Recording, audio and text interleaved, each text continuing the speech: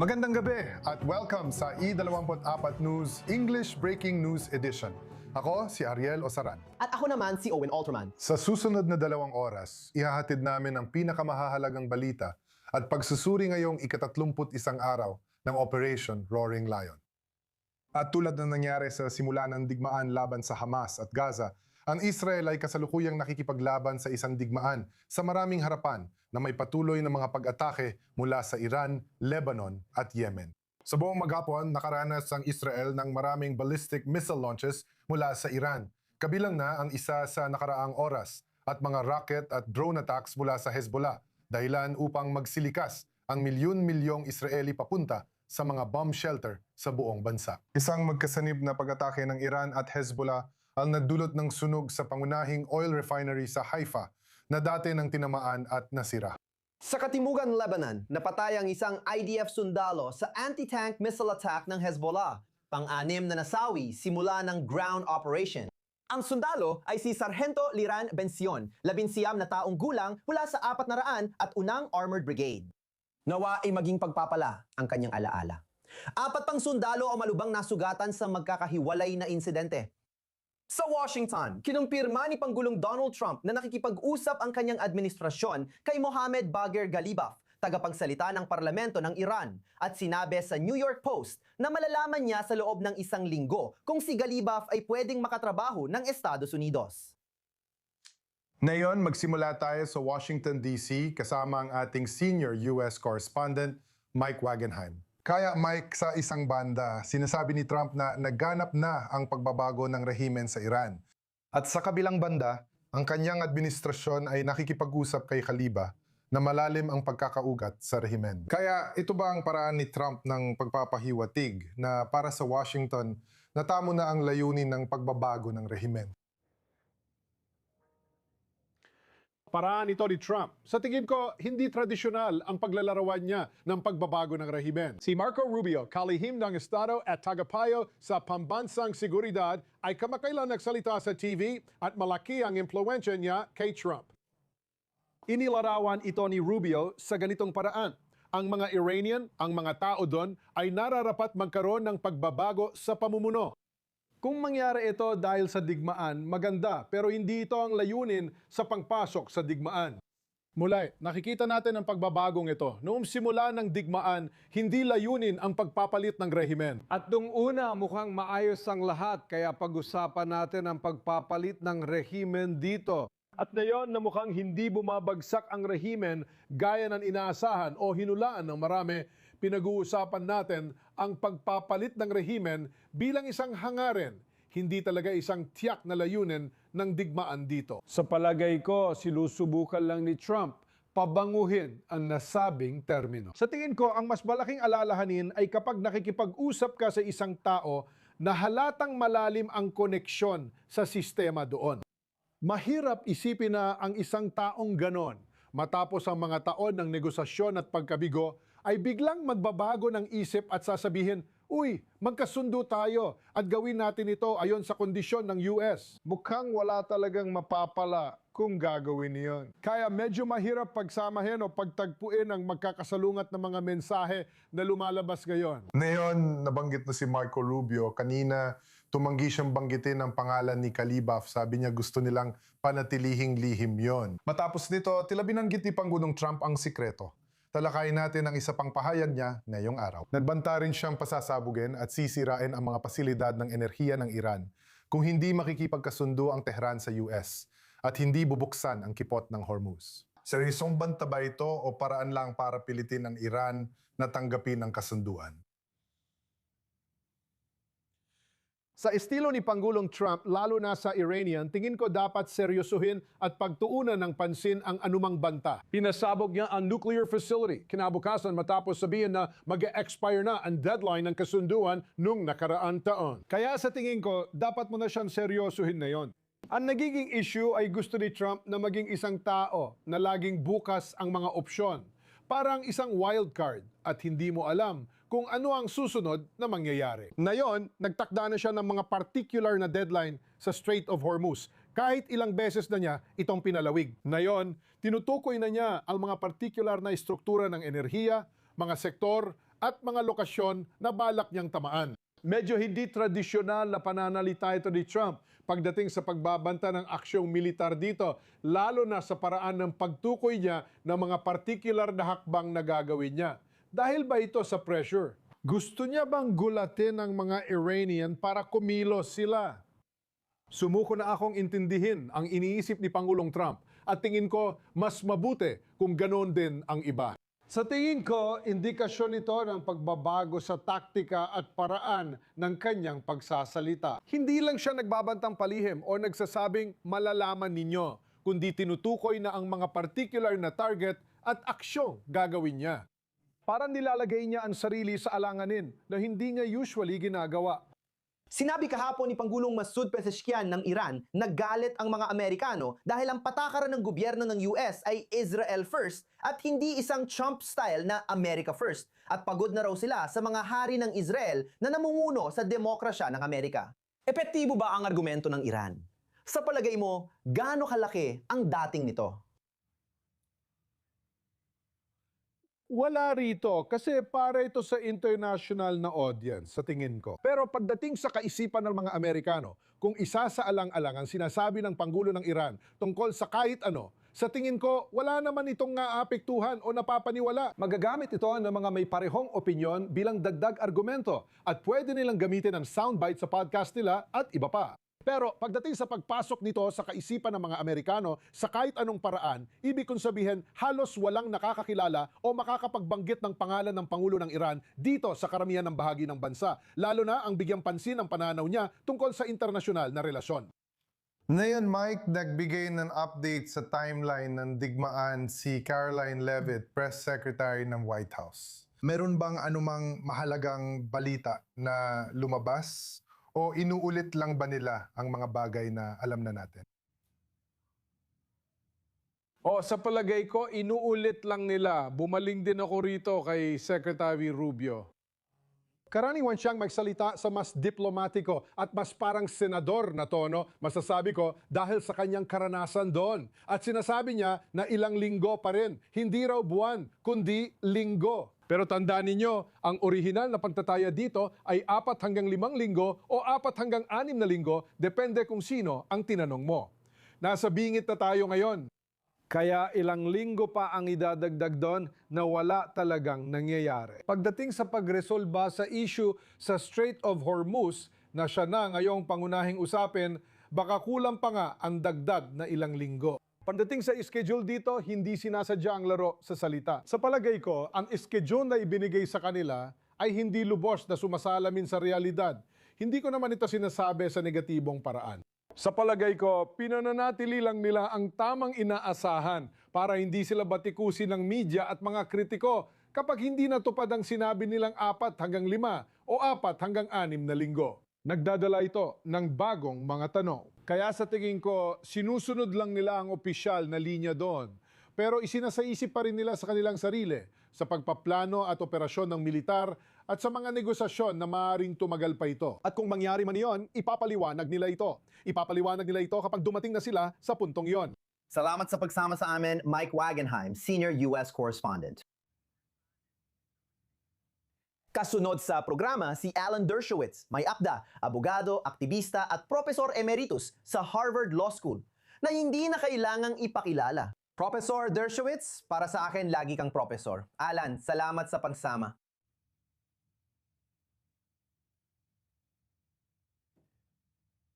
Makakasama natin si Professor Dershowitz sa ilang sandali. Ariel, anong tumatak sa'yo nitong nakaraang 24 na oras? Sa tingin ko, alam mo, maraming tao ang pinag-uusapan ang magkahalong mensahe na nanggagaling sa White House, particular kay Trump. Sa tingin ko, siya ay sinusubukan niyang panatilihin ang isang napakamaselang balanse. Sa isang banda, siya ay kasali sa isang digmaan kung saan pinipilit siya ng maraming panig na magpakatodo. Kabilang dito ang Israel at mga Arabong bansa sa Golpo.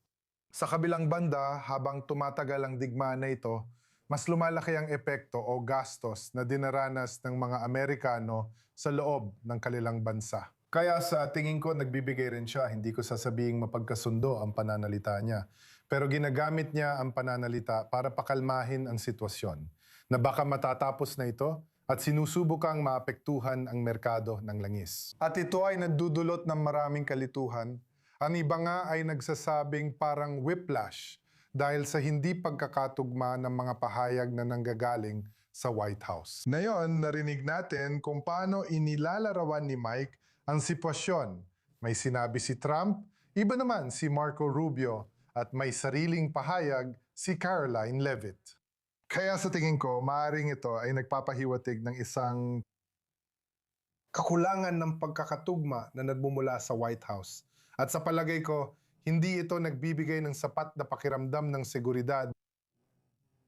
Kapag kasali ka sa isang napakalaking digmaan na sangkot ang napakaraming bansa, ngunit naapektuhan din ang sitwasyon sa loob ng bansa. Paano mo nakikita ang mga nagdaang 24 na oras? Una sa lahat, tingin ko tama ka. At may mga magkakasalungat na pressure kay Donald Trump. Totoo na ito mula pa nung unang araw ng digmaan at maaring lalong tumitindi habang tumatagal ang digmaan. Walang malinaw na hangganan kung kailan ito matatapos para sa mga Amerikanong sa gitnang bahagi ng Estados Unidos na ang iniintindi ay presyo ng gasolina. Tama ka, si Donald Trump ay under pressure mula sa magkabilang panig. Yung panig na yon at yung gusto ng mas magandang resulta para sa Estados Unidos. Maninaw na may kalamangan ang Amerika. Tulad ng sinabi mo, marami sa mga tinig na yon syempre ay mula rito sa Israel. Pero pati na rin mula sa Gulpo. Kasama rin natin siya.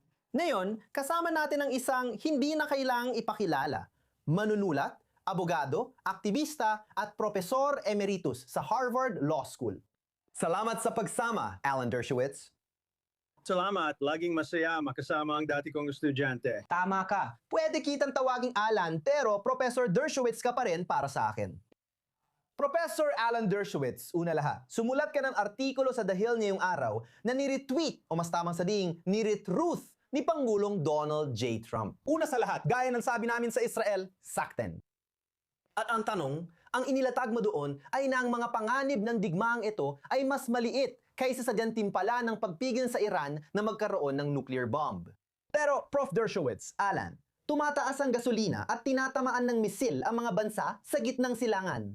Mahirap manatiling matatag, lalo na sa labas ng Israel, at panatilihing matatag ang isipan. Anong gagawin mo tungkol dito? Iyan ang dahilan kung bakit hindi nablunsad ng pauna o preventibong pag-atake ang Great Britain at Pransya laban sa Germany. Hinayaan nila ang ikalawang digmaang pandaigdig kung saan 80 milyon ang namatay, kabilang ang 6 na milyong Hudyo. Dahil hindi matiis ng mga tao ang hirap ng dagdag na ilang dolyar para sa gas o ang mga Israeli na mas seryosong kailangang pumunta sa kanilang mga silungan. Pero hindi madali ang digmaan at mahal ang halaga ng digmaang pang-iwas, pero sulit ito. Hindi natin malalaman kung ilang buhay ang nailigtas natin kung gagana ito. Kung di ito gumana, malalaman natin ilang buhay ang kikitlin ng Iran kung makagawa sila ng nuclear weapons. Kaya ito ay isang pagtitimbang. At kailangan dito ng matapang na presidente at matapang na punong ministro para gawin ito. Dahil hindi siya agad makakakuha ng gantimpala. Ang agarang tugon ay tataas ang presyo ng gasolina. Oo, may mga sundalong napapatay. Yan ang agarang epekto. Yan ang nakikita. Hindi nakikita kung ilang buhay ang maliligtas. Kaya kailangan ng tapang ng mga presidente para gumawa ng hakbang na pang-iwas. Ngayon, Alan, isa kang kilalang Amerikanong Hudyo na pampublikong intelektual sa iyong henerasyon. Paano nararanasan ng mga Amerikanong Hudyo ang digmaang ito? Nag-aalala ka ba sa epekto nito sa mga Amerikanong Hudyo? Dahil sinasabing tinulak ng Israel ang Estados Unidos sa sitwasyong ito? Hindi ako nag-aalala tungkol dyan. Isa yung malinaw na kasinungalingan. Alam ng lahat ng nakakakilala kay Donald Trump, ako ang kanyang abogado. Matagal ko na siyang kilala. Walang sinuman ang makakapilit kay Donald Trump sa kahit ano. Malinaw na nais ni punong ministro Netanyahu na alisin ng Estados Unidos ang nuclear na missile ng Iran noong nakaraang taon at ngayong taon. Iyan ang tungkulin ng punong ministro. Trabaho ng punong ministro na kung maaari, idiin ang mga kaalyado na gumawa ng aksyong sumusuporta sa interes ng dalawang bansa. Pero hindi pinilit ng Estados Unidos ang sinuman na sumali sa digmaan. Tingnan mo, ang pinakamasasamang nagkasala, ang pinakamasasamang tao sa Amerika ngayon ay ang mga Udyo na galit sa sarili. Ang mga Udyo na bumuto kay Magdalene. Ang mga Udyo na sumuporta sa Hamas. Ang mga Udyo na mga leader sa ilang institusyon sa Amerika. sila ang pinakamasama sa lahat. Malalim ang pagkakabaha-bahagi ng komunidad ng mga Hudyo. At alam mo, nakakalimutan ng mga tao na may 10,000 Hudyo na bumoto kay Adolf Hitler noong 1832. Kaya bakit ka magugulat kung merong 10,000 Hudyo na bumoto kay Mamdani at malamang ay boboto pa sa isang mas masahol pa kay Mamdani? At maaring may mga taong kagaya niyan sa balota sa 2028. Kaya may problema tayo sa komunidad ng mga Hudyo. Karaniwang nakakaisa ang mga Israeli sa pagsuporta sa digmaang ito. Bagaman hindi lubos, ngunit hindi ganon ang mga Amerikanong Hudyo. Mas iniintindi nila ang ilang daang dolyar na dagdag sa gasolina bawat taon kaysa sa pagtiyak sa kinabukasan ng Israel laban sa nuclear na Iran. Ang mga Hudyo ay maaring maging kasing makasarili at kasing tanga ng kahit anong ibang etnikong grupo sa bansa. Tama. At syempre, katapatan sa Partido Demokratiko bilang kapanig nito. Yan mismo ang magdadala sa akin sa susunod kong tanong. Alan, ikaw mismo ay umalis sa Partido Demokratiko matapos ang mga dekada ng pagsuporta rito. At nakita natin ang Partido Demokratiko at ang relasyon nito sa Israel, sa AIPAC, na naging laman ng mga balita nito ang mga nakaraang linggo. Bahagi dahil sa digmaan at dahil mismo sa digmaan. Binanggit mo lang kung gaano karaming Hudyo ang bumoboto pa rin sa Partido Demokratiko dahil sa katapatan o galit nila sa Israel. May nakikita ka bang Amerikanong Hudyo na susunod sa iyo sa paglipat ng panig o pag-alis sa partido sa midterm elections o 2028? Oh, sigurado. Hindi ako naging Republikano dahil hindi ko sinusuportahan ang pananaw nila sa aborsyon, imigrasyon at iba pa. Pero hindi na rin ako demokratiko. Kontra na ako sa mga demokratiko. Magtratrabaho ako ng mabuti para talunin ang mga demokratiko sa midterm at sa 2028 eleksyon. Ayokong makita si Elizabeth Warren na matindi ang pagiging laban sa Israel. Ayoko ring makita si Senador Murphy na matindi rin ang pagiging laban sa Israel. Ayokong makita si Senator Booker na nagsasabing hindi niya susuportahan si Pangulong Trump sa kapayapaan dahil hindi raw niya susuportahan kahit anong gawin nito.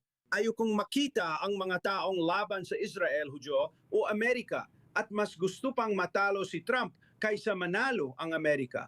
Hindi ko sila susuportahan. Ayokong makita silang maging tagapangulo ng mga komite sa Kongreso. Mas ligtas akong nararamdaman sa ilalim ng pamumuno ng mga Republikano kaysa sa mga Demokratiko kahit hindi pa ako sasali sa kanilang partido ngayon. Kaya, Professor Dershowitz, maring hindi ka sumali sa Partido Republikano. At kahit na mga boses sa GOP ay hindi ganoon katulad ng inilalarawan mo na nanggagaling sa Partido Demokratiko. Pero nakikita natin ang mga boses mula sa mga taga-suporta ng Republikano na, alam mo, ay napaka-critical kay Pangulong Trump at sa desisyon na sumali sa digmaan. At si Trump mismo ay naging napakatatag nitong mga nakaraang linggo sa pagharap sa mga boses tulad ni Tucker Carlson. Pero nananatiling maingay na minorya sa partido ang mga taga-suporta ni Carlson. Nag-aalala ka ba tungkol sa kinabukasan ng Amerikanong kanan kung hindi magtagumpay ang digmaang ito sa pag-abot ng mga layunin nito? Oo, nag-aalala ko. Sana may Bill Buckley pa tayo ngayon. Pasensya na, Bill William Buckley. Pinaalis niya si Pat Buchanan sa Partido Republikano sa madaling salita. Gusto kong makita si Pangulong Trump na palayasin si Tucker Carlson at iba pa sa Partido Republikano. Ang Partido Republikano ay karaniwang napaka-pro-Israel at pro-Bush. Nakikita natin na hindi lang sila critical kay Trump, kundi mga anti-Semite rin sila. Si Tucker Carlson ay isang malupit na anti-Semite, tulad din ni Nick Fuentes at marami pang iba sa matinding neo-fascist na kanan ng Partido Republikano. Tingnan mo, ang mga Hudyo ay muling naiipit sa pagitan ng mga sutdula ng itim at pula. Hindi umunlad ang mga Hudyo sa ilalim ng pula o sa ilalim ng itim o kayumangging pasismo. Umunlad ang mga Hudyo sa gitna.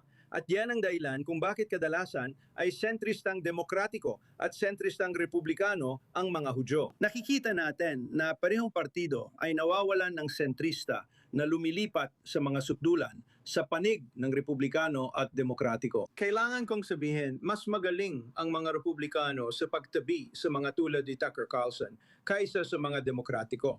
Inayakap ng mga demokratiko ang matinding kaliwang anti-Israel na grupo sa loob ng Partido Demokratiko. At iyan ang isa sa mga dahilan kung bakit ako umalis sa Partido Demokratiko.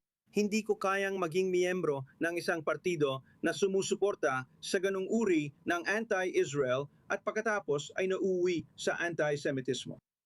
Ngayon, Alan, gusto kitang tanungin bilang isang abogado at bilang isang akademiko. Nakita natin kanina ang pahayag ni Pangulong Trump at may mga bagay doon at sa iba pang mga pahayag na ginawa ng Pangulo nitong mga nakaraang linggo kung saan pinag-uusapan niya ang mga bagay na kahit papaano ay questionable sa ilalim ng pandigdigang batas. Nag-aalala ka ba sa hinaharap ng pandigdigang batas sa karapatang pantao at makataong batas, pati mga batas ng digmaan?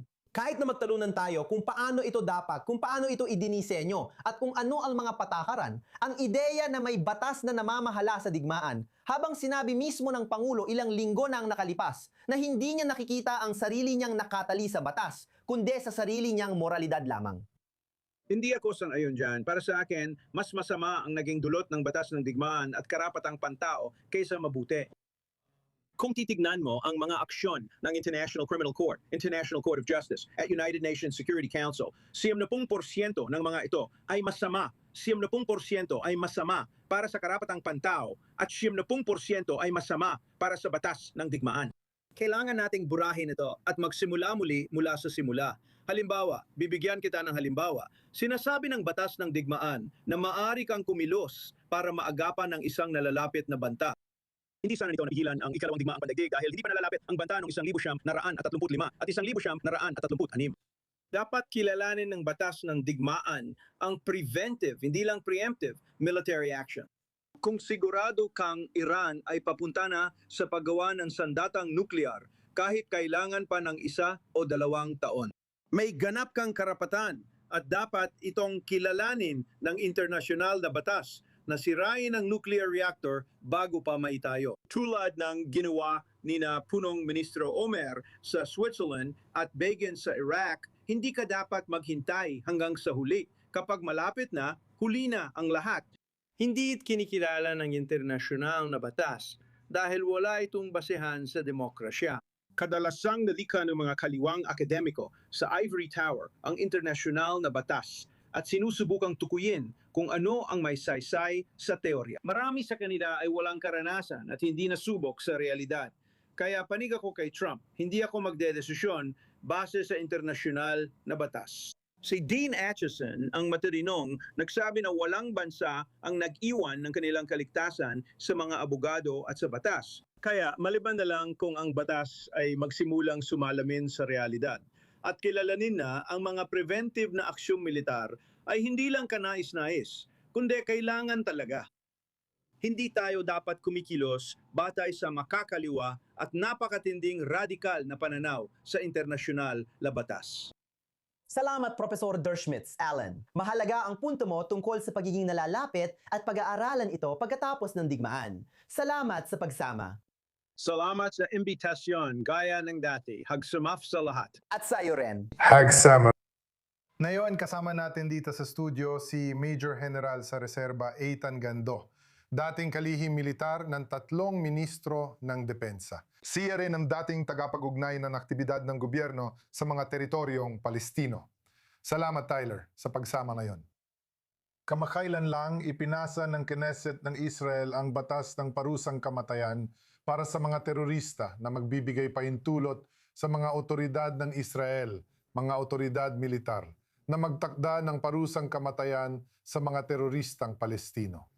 Sa West Bank, ang mga teroristang Hudyo na isang legal na termino na umiiral sa Israel ay hindi isinama sa batas na ito. Ano ang masasabi mo tungkol sa bagong batas na ito na tuluyan na aprobaan sa Knesset? Pakinggan mo, kailangan natin husgahan ito o bumuo ng opinyon tungkol dito sa aking pananaw ayon sa ilang sabihin na nating mga pamantayan. Una sa lahat, tungkol sa timing. Pangalawa, tungkol sa mga pangangailangan. At pangatlo, para makita kung ano ba talaga ang problema sa kasalukuyang batas na meron tayo. Sa aking pananaw, una sa lahat, magsisimula ako sa 3 punto. Sa tingin ko, sapat na ang mga paraan natin para kapag nalaman natin na may mga teroristang dapat parusahan o isang paraan para magpatao ng parusang kamatayan sa hatol nila, magagawa na ito ngayon. ayon sa batas. At walang tumutol dahil matagal na hindi ito ginagamit ng Israel sa loob ng maraming taon. Ang nangyayari ngayon matapos ang mga pangyayari noong 7 ng Oktubre ay may pagbabago at nauunawaan ko ito sa paraan ng pagtingin sa mga ganitong uri ng terorista, sa mga paraan kung paano nila ginagamit ang terorismo. At sabihin nating binibigyan nila ang sarili ng pagkakataong gumawa ng kakilakilabot, gaya ng nakita noong Oktubre 7. Kung ito man ay para palitan ang kasalukuyang batas, sa totoo lang, hindi ko talaga alam. Sa tingin ko, kailangan nating baguhin ang paraan ng pakikitungo sa mga terorista. Dahil based na rin sa ating karanasan, kapag pinalaya natin sila, yung iba sa kanila, ibig kong sabihin, at pagkatapos ng 20-30 taon, ayon sa mga kasunduan, nakikita natin kung ano ang nangyayari pagkatapos. At tungkol naman sa pagkakaroon ng anumang bisa bilang pampigil sa mga may balak gumawa nito, kung matutugunan ba nito ang buong banta laban sa kanila, hindi ko talaga alam. Nabanggit ko rin ang tamang timing. Mahalaga para sa akin ang timing ng batas na ito at ang kasalukuyang sitwasyon sa Iran. At batay sa nangyayari sa paligid natin, sa tingin ko sa isang paraan ay lalo nitong binibigyang daan ang pagdelegitima sa Israel sa ilang aspeto. Mula sa ating mga kaibigan, ang mga Europeo na takot sa lahat ng bagay at para lang bigyan sila ng pagkakataon. Kaya sa loob ng bansa, maaari nating gamitin ang kasalukuyang batas. Pangalawa, dapat nating pasiyahan na gamitin lang ito. Ayon sa 7 ng Oktubre, kung magpapasya ang parlamento ng Israel na gawin ito sa ibang paraan, magiging mas malakas ito. Naintindihan ko pero sa palagay ko sa ngayon, hindi ito kailangan ng Israel. Kaya, ayon sa nangyayari na yon, sa Iran, sa Hezbollah at sa iba pa, hanggang sa magkaroon ng katatagan sa lugar na ito. Sige, salamat yan. Mananatili ka pa rin sa amin. Kailangan muna naming mag-break sandali, pero manatili kayo sa amin. Marami pa kaming balita at mga update na darating.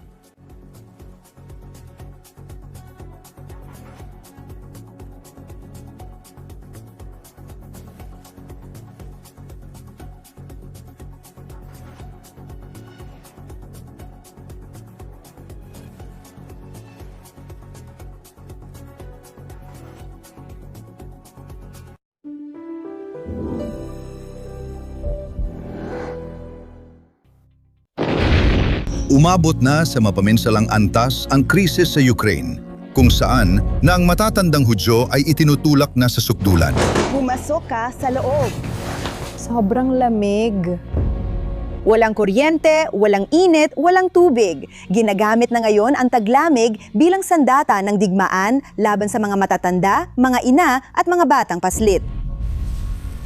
Nakapila na sila dito ng ilang oras. Mahahalagang tao ang mga ito na.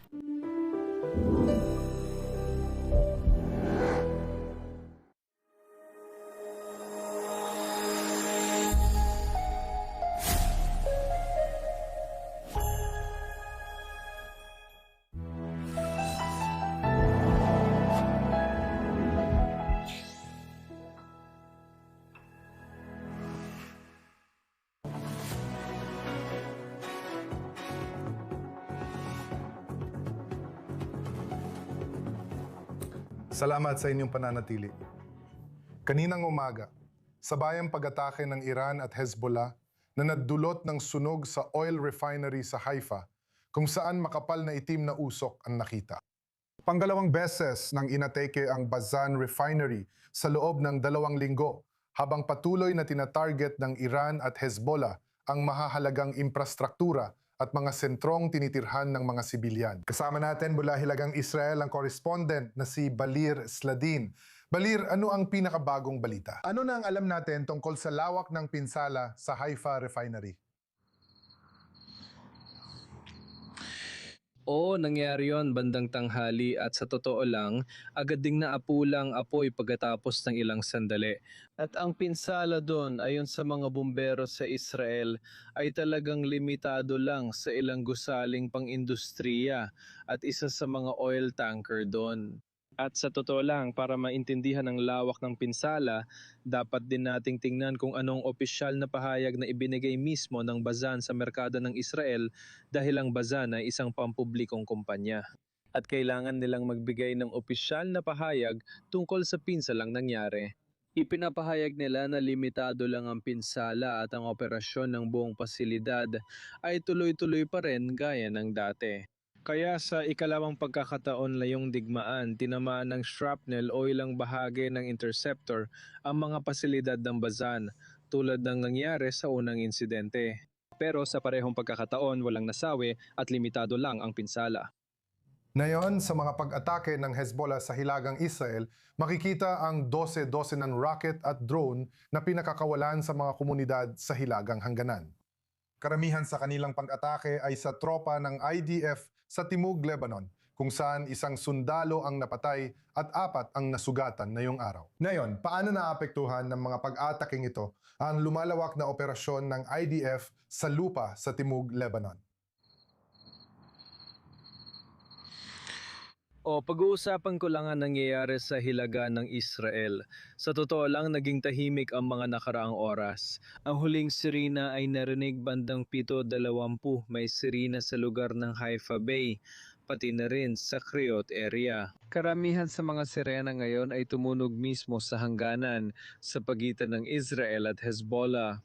Kadalasan pinag-uusapan natin ang sunod-sunod na pagpapaputok ng rocket na limitado ang bilang at karamihan ay na-intercept o bumagsak sa bukas na lugar ng walang pinsala o nasaktan kahit ngayong araw. Ngayon tungkol sa operasyon sa lupa o mga operasyon ng RDF sa pangkalahatan, nakita natin ito ngayong araw.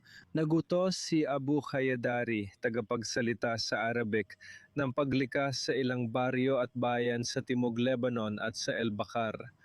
Sa mga nakaraang minuto ayon sa lokal na ulat sa Lebanon, nagsimula na raw ang mga airstrike.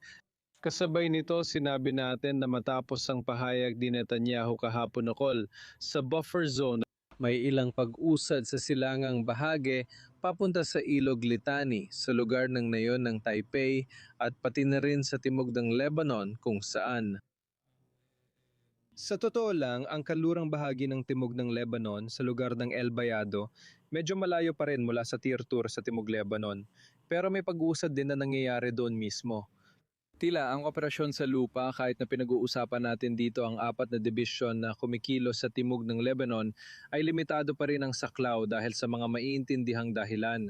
Siyempre dahil nakatutok na yan sa Iran, dahil sa mga airstrike at mga fighter jet na kailangang ipadala sa Iran, pati na rin ang mga drone. Kaya hanggang ngayon, nagpapatuloy pa rin ang operasyon sa lupa at may kaunting paglawak. Pero ang buong malaking operasyon sa lupa na hinihintay natin, lalo na ng mga residente ng Hilaga, ay hindi pa rin nangyayari. Ayon sa planong inilatag mula pa noong simula ng digmaan. Palir Sladina ng Hilagang Israel. Salamat at ingat lagi, Palir. Balik sa studio, Major General ng Reserba Eitan Dangut. Kung titingnan natin ang nangyari kahapon, inako ng Hezbollah ang responsibilidad sa 74 na pag-atake. Sa 74 na yon, 19 lang ang nakatuon sa mga komunidad sa Hilagang Hangganan at 55 naman sa mga puwersang Israeli na nakaposisyon sa Timog Lebanon. Ito na ba ang simula ng madugong mga taon nang? So nang panseguridad sa Timog na hawak ng Israel sa loob ng maraming taon sa Timog Lebanon. Nangyayari na naman ba ulit ang ganitong senaryo? Isang bagay ang sigurado, nagsimula na ito. Nagsisimula na ito, sa tingin ko hindi matatapos ito sa pamamagitan ng kasunduan sa gobyerno ng Lebanon o ng presidente ng Lebanon. Iyon talaga ang unang pagkakataon na iminungkahi ng Israel na magbukas ng direktang negosasyon. Pero may malaking pero, at ang pero ay una sa lahat, na una at higit sa lahat. Ang misyon ay ipagtanggol ang populasyon, lalo na sa hilagang Israel. At ibalik ang paggamit ng ganitong uri ng mga rocket at mga misil laban sa tangke hanggat maaari. Pangalawa, gaya ng sinabi ni Balid, mayroong sabihin na nating aktibidad upang lumika ng buffer zone. Wala nagsasabi sa amin araw-araw kung nasaan ang aming mga tropa. At syempre, hindi ito dapat inilalatala, syempre. At ang mga puwersa ng depensa ng Israel ay may pit nilang inilibihim ang kanilang mga aktibidad. Pero sa totoo lang, mabagal ang paggalaw at tama lang iyon.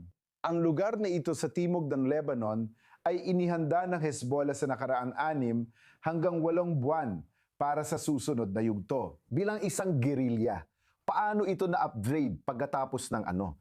Sila, sabihin na natin, matapos talunin at wasakin ng Israeli Defense Force ang kanilang estruktura bilang hukbong terorista, hindi na sila parang gerilya. Kaya maraming mga lagusan doon. Maraming mga lugar kung saan ang mga palumpong ay nagbibigay sa kanila ng kalamangan, ang topograpikong lugar at ang panahon. Lahat ng kombinasyong ito habang marami sa ating mga eroplano sa Iran at iba pang uri ng, sabihin na nating, paraan ng intelihensya na kailangan natin sa Iran. Bilang pangunahing pagsisikap para sa mga susunod na araw, hindi bababa sa 5 araw gaya ng sinabi ni Pangulong Trump bilang pagtatapos ng panahong ibinibigay niya sa Iran para makipagkasundo. Ibig sabihin nito na dapat gamitin ng IDF ang kanilang mga puwersa sa isang paraan. Pareho silang nagiging napakahalaga. Ang isa ay upang itigil ang nuclear na aktibidad sa Iran at kasing halaga rin na yon ang nangyayari sa Hezbollah dahil ang Hezbollah ay may direktang epekto mula sa mga nangyayari sa Iran. Hindi rin tayo pwedeng magsabi na sapat na ang ginawa natin noon dahil pinalakas din ng Hezbollah ang kanilang puwersa. Kailangan natin wasakin ito at pagkatapos ay gamitin nila ang mungkahi ng pamahalaan ng Lebanon sa atin. Kaya maaring tumagal pa ito ng ilang buwan. Ayon kay Ariel, abutin ito ng ilang linggo sa panahong ito. Dahil pagkatapos na nangyari sa Iran, sa tingin ko ay maglalagay tayo ng mas maraming pagsisikap at puwersa. At kailangan nating dumugol ng ilang buwan, kahit papaano, sa lugar ng Lebanon. Kapag ang mga jet ay hindi na nakatutok sa Iran, iniisip ko na ililipat na ang atensyon sa Hezbollah at Lebanon. Kailangan na nating magpatuloy sa Iran kung saan ang IDF at US forces ay patuloy na tinatarget ang kakayahang pandigma at mapanupil na aparato ng rehimen sa pamamagitan ng sunod-sunod na pag-atake sa Tehran at iba pang lungsod na yung araw. Mahigit 21,000 target na ang tinamaan sa ngayon based sa impormasyon mula sa parehong militar. Pero ang pangunahing at pinaka-nakababahalang banta mula sa Iran ay nananatiling ang kanilang programa sa sandatang nuklear. Ang parehong programa na matapos ang 12 araw na digmaan noong Hunyo, sinabi ni Pangulong Trump na winasak na. Kaya para pag-usapan pa ito, nais kong ipakilala si Andrea Stricker. Siya ang Deputy Director ng Non-Proliferation Program sa Foundation for Defense of Democracies. Salamat sa pagsama sa amin, Andrea. Ay, ikinagagalak kong makasama kayo. Tulungan mo kaming maintindihan ang kalagayan ng programa ng Iran sa sandatang nuklear ngayon. Ano na lang ba talaga ang natitira at gaano ito kalaking banta? Sa tingin ko, magaling ang US at Israel sa pagpapahina sa kakayahang bumuo ng sandatang nuclear. Nakita natin na gumawa pa ng mga hakbang ang Israel para tamaan ang mga pasilidad na may papel sa paggawa ng sandatang nuclear. Pero syempre, nananatiling malaking tanong pa rin ang kinaroroonan at pinsala sa mga stock ng highly enriched uranium na malamang ay nananatiling nakakalat sa pagitan ng mga lagusan ng Asfahan at ng Fordo site. Masasabi nating sigurado na karamihan ng above-ground pilot plant stock ng Natanz ay nasira noong Hunyo. May enriched uranium din sa ilalim ng lupa na posibleng nasa Natanz enrichment plant. Kaya maraming mahihirap na opsyon ang kinakaharap ng US, lalo na sa mga susunod na linggo. Andrea, may nakikita ka bang posibleng matapos ang digmaan na hindi nababawi ng Estados Unidos ang 440 kilo? Kahit matapos ang bigmaan ng wala iyon, tagumpay pa rin ito para sa atin. Magandang tanong yan. Sa palagay ko, posibleng may malaking operasyon ng mga espesyal na puwersa para mabawi ang HEU na ito. Sa tingin ko, naunawaan ng karamihan ng publiko na kung iiwan mo ang HEU sa kamay ng kahit anong kahawig ng Islamic Republic, malamang na magmamadali silang gumawa ng mga sandatang nuclear sa lalong madaling panahon. Kaya tingin ko, malinaw na alam ng Pangulo ng Estados Unidos at ni Netanyahu na dapat nilang alisin yon. Isa pang opsyon ay maaari nilang ipagpatuloy ang paghadlang sa Iran na makuha ang material at posibleng subukang bombahin muli ang lugar ng maraming beses. Kung hindi nila mailabas ang HEU, mahihirapan silang ipaliwanag kung bakit naging matagumpay ang digmaan. Kung mananatili sa kapangyarihan ang kasalukuyang pamunuan ng rehimen ng Iran matapos ang digmaan, mas radikal at matapang na grupo, pinamumunuan ng RGC, ang ating pinag-uusapan. Sa tingin mo ba tatalikuran ng pamunuan ng Iran ang layunin nitong magkaroon ng sandatang nuklear o lalo pa itong magsusumikap? Oo, sa palagay ko, lalo pang titindi ang ambisyon nilang magkaroon ng sandatang nuclear matapos ang dalawang digmaang nagtangkang pahinain ang rehimen. Sa palagay ko, alam ng US at Israel yon, kaya patuloy nilang pahihinayin ang pamunuan hanggang may makitang pwedeng makatrabaho na hindi na magbabanta ng pagkalas sa kasunduan sa hindi pagpapalaganap ng armas nuklear, halimbawa.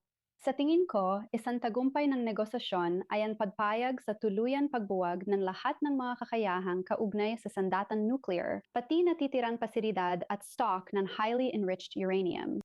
Kung hindi, baka wala ring saysay ang pakikipagkasundo sa pamamagitan ng negosasyon. Ngayon tungkol sa NPT, ang kasunduan sa hindi pagpapalaganap ng armas nuklear na binabantaan ng Iran na lisanin dahil sa mga patuloy na pag-atake. Ano ang ibig sabihin ng mga banta na ito? At kung umalis man sila, hindi rin sila tuluyang sumusunod nun pa. Kaya may saysay pa ba, bukod sa pahayag, ang hakbang na ito?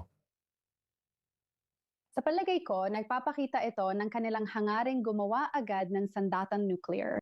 Kahit matapos ang digmaan noong Hunyo, hindi sila umatras sa NPT. Kaya kung tutuparin nila ang banta, ito na dapat ang senyales ng pagtatapos ng negosasyon. Sa tingin ko, sina Netanyahu at Trump ay dapat ipagpatuloy ang pagpapahina at pag-aalis ng mga leader hanggang sa makahanap sila ng taong handang gumawa ng seryosong kasunduan at talikuran ng tuluyan ang ambisyon nila sa sandatang nuclear. Andre Stricker, Non-Proliferation Program Deputy Director sa Foundation for Defense of Democracies. Salamat sa oras at pananaw mo. Mahalagang bahagi ito ng digmaan, kaya salamat sa paglilinaw. Salamat!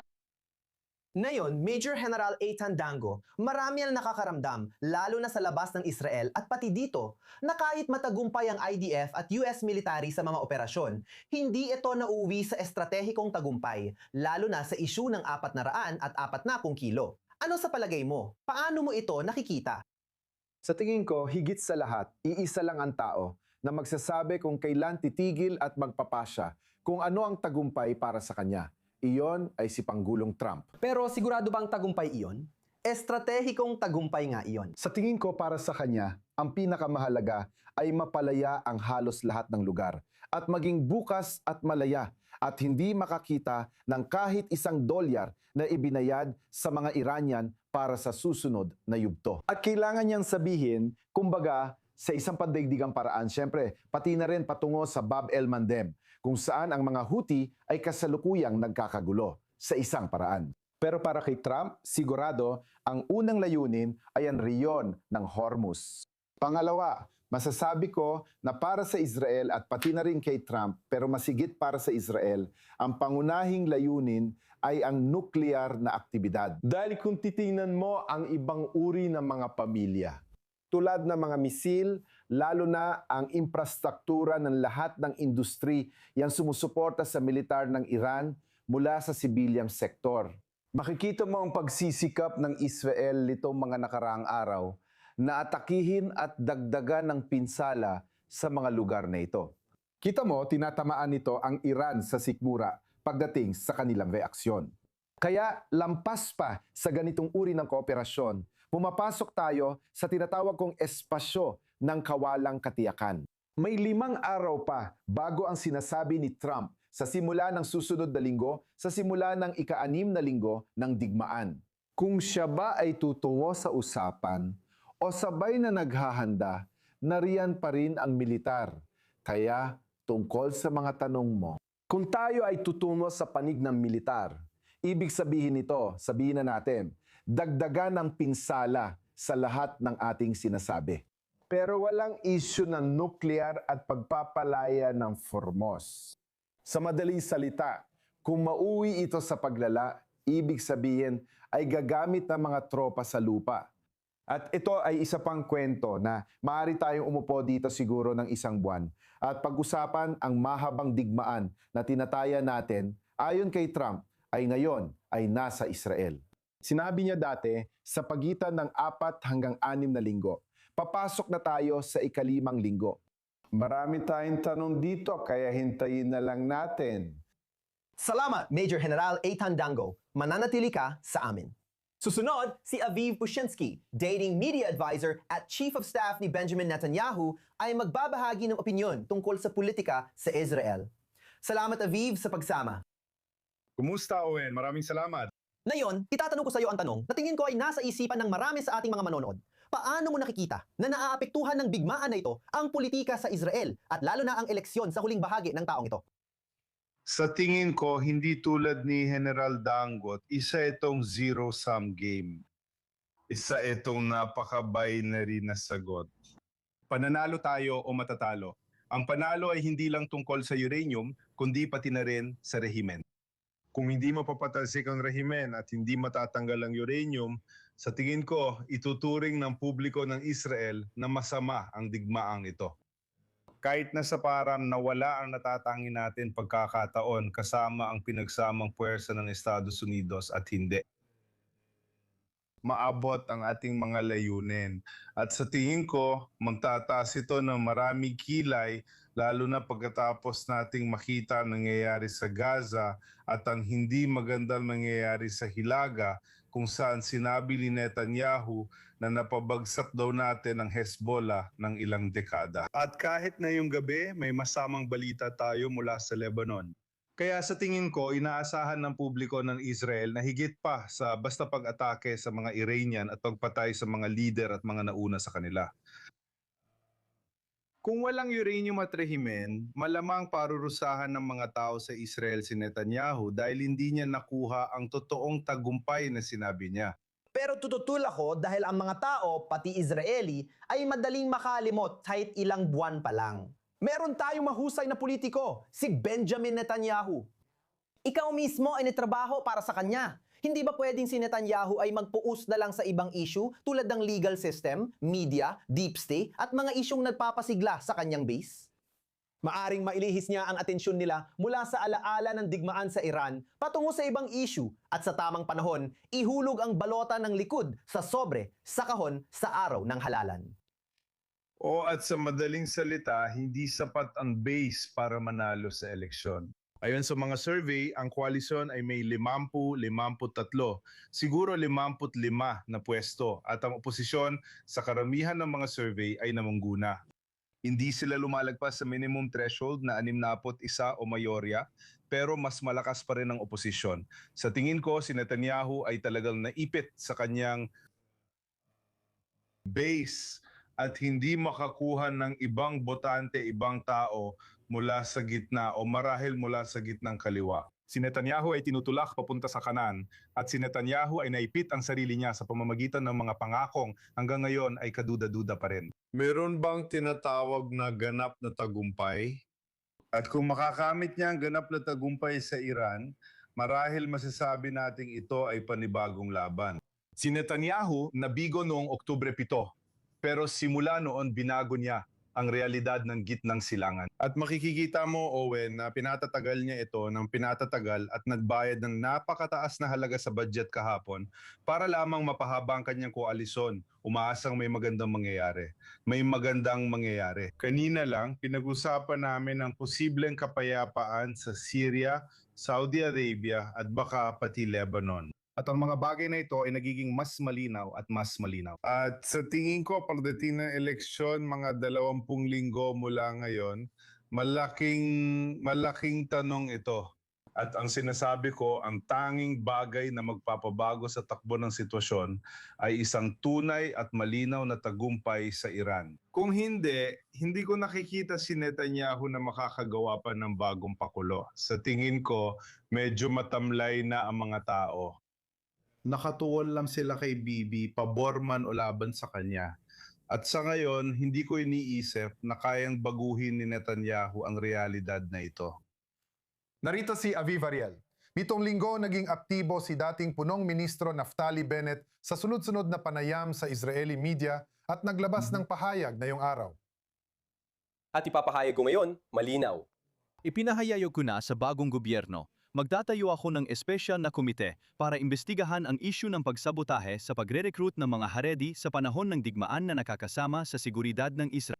Sino ba talaga ang naghadlang sa atin na makakuha ng 10,000 karagdagang sundalo na kailangan ng IDF para manalo? Ang sinumang sadyang tumulong sa paglabag sa batas ng serbisyo militar tuwing digmaan ay iimbestigahan. Mga kapatid ko, malapit na nating ibalik ang diwa ng pagkakapatiran. Ibabalik natin ang pagkakaisa. Ibabalik natin ang pag-asa sa Israel. Kaya nabanggit mo ang mga mensaheng maaaring makasama kay Netanyahu. Sa tingin mo ba si Bennett pa rin ang pangunahing kandidato ng oposisyon sa katapusan ng linggo bago ang araw ng halalan sa loob ng 20 linggo, gaya ng sabi mo? Oo, una sa lahat, para sagutin ang pahayag ni Bennett na sinusunod ng karamihan ng tao tungkol sa sinasabi niya. Naramdaman ng mga tao na baka ninakaw ng mga relihiyoso o ng mga ultra-orthodox ang badyet. Pero madali lang sagutin si Bennett sa pagsasabing, sige, alam mo, malaking gastos ang binayaran ng gobyerno para mapanatili ang koalisyon sa Haredim. Pero pumayag o handa si Bennett na magbayad ng malaking halaga kay Mansour Abbas. Sige, pwede niyong pagtalunan yan at may dahilan pa rin sina Netanyahu at Bennett para magbangayan. Bumalik tayo, Ariel, sa tanong mo kung magiging leader si Bennett ng oposisyon. Mayorya pa rin ba ang suporta sa kanya o siya pa rin ba ang may pinakamataas na numero sa mga survey? Pero si Gadi Eisencourt ay talagang lumalakas. Sa tingin ko, hindi naman ganun kahalaga yon. Sa tingin ko, nagkakamali sila. Ang tinutukoy ko ay ang oposisyon. Nagkakamali sila dahil nag-aaway-away sila at sinusubukan pa magdesisyon kung sino ang magiging leader nila. Sa tingin ko, ang dapat na kalamangan nila ay ang pagiging napaka-eclectic ng kanilang oposisyon. Meron kang si Yargolan mula sa kaliwa na ang layunin niya ay mahikayat ang mga botante mula sa lipunang Arabo. At nandyan din si Avigdor Lieberman sa kanan na hanggang ngayon ay pabor pa rin sa death penalty para sa mga terorista sa kanan. Kaya abang mas eclectic ito, mas magagawa nitong hilahin o ilipat ang mga botante mula sa bloke ni Netanyahu papunta sa kabilang bloke. Kung susunod ka sa isang leader, sabihin natin si Naftali Bennett. At kasama si Naftali Bennett, sasabihin ni Yargolan, si Naftali Bennett ang mahusay na tao. Sa tingin ko, makakasama to sa bloke at hindi ito magiging mabuti. Magiging isang bagay itong hindi kapakipakinabang. Kaya't nakatuon sila sa mga bagay na hindi naman mahalaga sa ngayon mula sa pananaw ko. Imbes na ituon ang pansin sa mga pagkakamali ng gobyerno, ayon sa pananaw nila. Sa katotohanan, hindi sumusunod ang gobyerno batas sa mga institusyong hudisyal at sa paraan ng pagmamanipula ng mga relihiyoso kay Netanyahu. At siyempre, ang draft law na hindi na ipapatupad o ang paraan na gusto nila ay mas marami ang hindi magsisilbi sa hukbo at ipapasa nila ang pasanin sa iba tulad ng ginagawa ng iba. Isang pagkakamali ang subukang italaga ang pinakapinuno ng kabilang panig mula sa akin pananaw. Juan. Atras muna tayo sa oposisyon. May mabilis lang akong tanong at mabilis na sagot lang sana mula sa'yo. Ano ang tsansa na si Benjamin Netanyahu ang bubuo ng susunod na gobyerno ng Israel pagkatapos ng araw ng halalan? Ilang porsyento ang tingin mong tsansa niya? Mahirap ang tanong na yan at di ako siguradong masasagot ko. Mahilig kami sa mahihirap na tanong. Ano ang numero? Pero hindi ko alam kung may gustong sumugal. Medyo maaga pa kasi hindi pa natin alam kung paano matatapos itong tungkol sa Iran. Gaya ng sabi ko, kung mananalo si Netanyahu at ang Israel sa digmaan sa pangpabagsak ng rehimen at pagtanggal sa nuklear, malaki ang tsansa si Netanyahu. Kung hindi, at itong sugal ko, kung hindi na si Netanyahu ang susunod na punong ministro. Mahalagang pahayag na yan. Aviv, maraming salamat sa pagsama sa amin. At makakausap ka pa namin sa mga susunod na araw habang papalapit ang aming eleksyon. Magandang gabi at maligayang pista opisyal. At sa'yo rin. Salamat. Eitan, mabilis lang mga huling salita. Tungkol kay Netanyahu. Kung hindi pa nasabi ni Aviv ang iniisip niya, sinabi ng militar, sa tingin ko ay masyado pang maaga. Baka magulat ka dahil mabilis at dinamiko ang mga pangyayari. At sa tingin ko, ang mangyayari sa Lebanon, baka magulat ka, ay magkakaroon din ng malaking epekto sa susunod na eleksyon, bukod pa sa issue ng nuklear sa Iran. At ang ikatlong issue ay ang bansa ay nakamasid sa kung ano ang nangyayari sa loob. Marami sigurong magugulat. Mayor General ing Reserva, Eitan Cando. Maraming salamat sa pagsama sa amin ni Dabe at sa ating mga manonood. Magandang gabi. Sa ating mga manonood at anuman ang mangyari, magkakaroon ng maikling break pero manatili para sa ikalawang oras ng balita sa Israel at rehiyon. Huwag aalis.